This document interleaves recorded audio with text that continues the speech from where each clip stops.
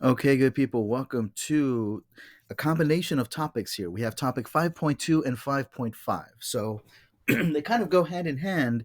5.2 introduces us to an existential theorem, another existential theorem, meaning that it tells us that something exists, it guarantees the existence of something. Excuse me. And we use that idea to find what are called absolute extrema. Remember the word extrema? Let's see. The word extrema is the plural of extremum, right? So extrema is more than one extremum. And when you think of the word extremum, you should hear it, the word extreme, meaning like the highest, the lowest, and extremum combines both minimums and maximums. So extrema is both minimums and maximums. So when we talk about absolute extrema, and some people call them global instead of absolute extrema, we're talking about what would be the highest function value in a given function. So if you look at the picture of the graph here, we know that this is the absolute maximum because it is the highest function value for this graph, right? And in parentheses, I'm going to say y value. Whatever the highest y value is, that would be the absolute maximum. And whatever the lowest y value is, the lowest function value, well, then that would be the absolute minimum. But we had been talking about these relative minimums and maximums, which are different. These are like little hills, peaks, and valleys here. And I'm putting that in quotation marks. Because in their little neighborhood, it's the lowest point. In its little neighborhood, it's the highest point, but it's not like the definite highest point, right?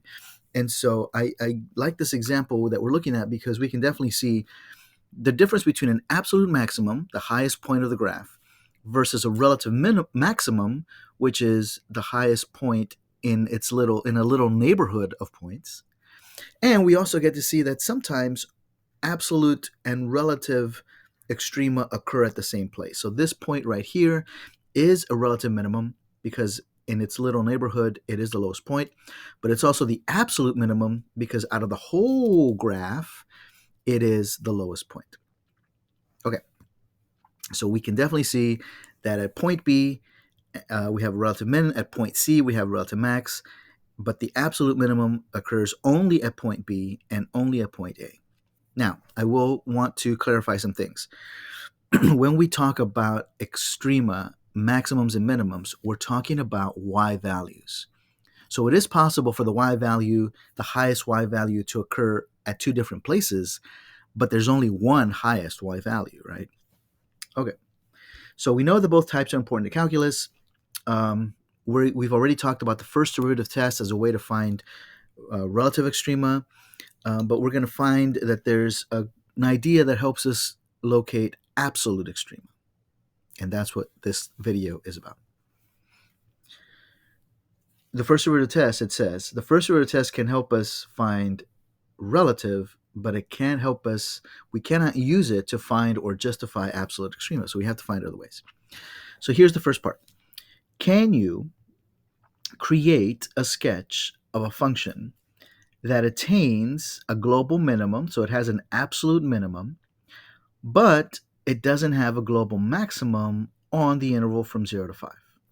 Okay, from 0, so here's 0, here's 5. So in this window, and this is a closed interval, right? Excuse me. Can we create a global minimum situation where there's a global minimum but not a global maximum? Well, sure. Here's a possible example.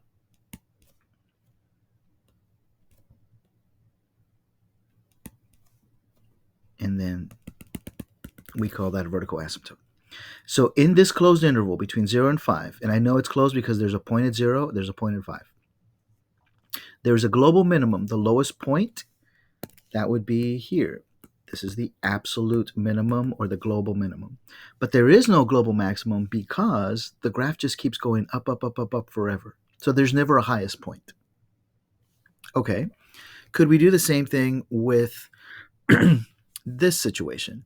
Can we find a function g that attains an absolute maximum but not an absolute minimum on the interval between -4 and 2? If we follow the same idea, -4 to 2, and this is closed and this is closed. So what if we start up here and we go whammo, and then I don't know, somewhere here and we go whammo. So here I know that there's a point at -4, there's a point at 2, so it is closed, but there's no absolute maximum. I'm sorry, there is an absolute maximum. There is a highest point to this graph, but there is no absolute minimum because the graph keeps going down forever and ever and ever and ever. Okay. Can we create a function that has a minimum of 2 different values of x, but only one maximum on the interval between 1 and 8? Okay, wait.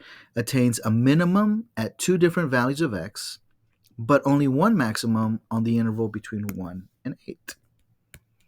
Well, here's 1, here's 8, and this is a closed interval, so I'm going to have to put points somewhere. I don't know. I'm just going to put them there for now. A minimum at 2 different values, but only one maximum between 1 and 8. A minimum of 2 different values. So what if I do this, this, this, and this? These would be my 2 places where the absolute minimum value gets attained. By the way, remember what I said. There's only one absolute minimum, right? The absolute minimum is the y value. It happens to occur at 2 different places, but there's only one lowest y value. And then this would be the absolute max, the highest value of the function. Okay. And then for this one, can we create a function that is continuous, but it doesn't have a minimum or a maximum value? Can I create a function between 0 and 4 closed that is continuous, but it doesn't have a minimum or a maximum value?